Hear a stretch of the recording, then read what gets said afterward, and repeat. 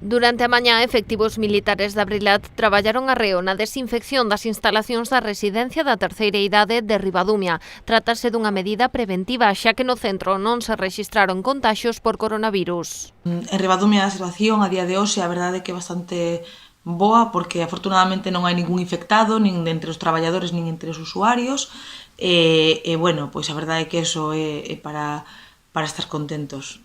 Con moitísimo medo porque sabemos que en calquer momento isto pode aparecer, sabemos como está a situación nas outras residencias e a verdade é que é dramático, é moi triste, non?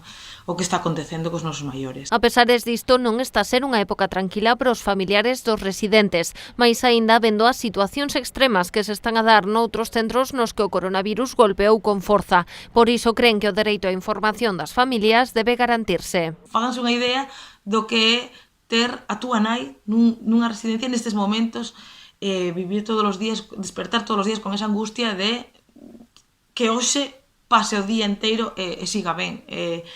É terrible. No centro de Ribadumia preocupa especialmente que a situación segue a ser a mesma que antes da crise sanitaria polo COVID-19. Non hai traballadores suficientes. Agora se está cumprindo co decreto da Xunta de que os usuarios teñen que quedar confinados nos seus cuartos, non? Bueno, pois polo día, pois hai un personal que está destinado a atendelos e iso está moi ben, pero que pasa pola noite? Pois que nos volvemos a topar na residencia de Ribadumia, por exemplo, pero pasa en todas, que para 152 usuarios hai 2 auxiliares. Como é posible preservar ese confinamento dos residentes nos seus cuartos se pola noite só hai 2 persoas para atendelos a todos? É imposible. Non hai traballadores suficientes e, ademais, non contan co material de protección axeitado para evitar contaxios. Entón, esta xente necesita urxentemente equipos de protección individual.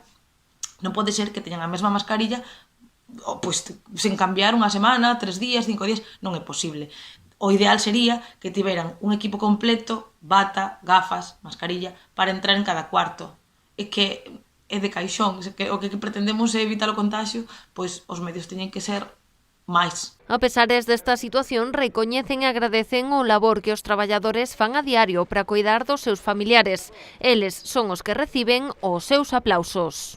Vamos, aplaudimos dende que nos levantamos ata que nos deitamos, penso que soñando tamén a estes traballadores infatigables que a verdade é emocionante ver con que cariño están tratando a esta xente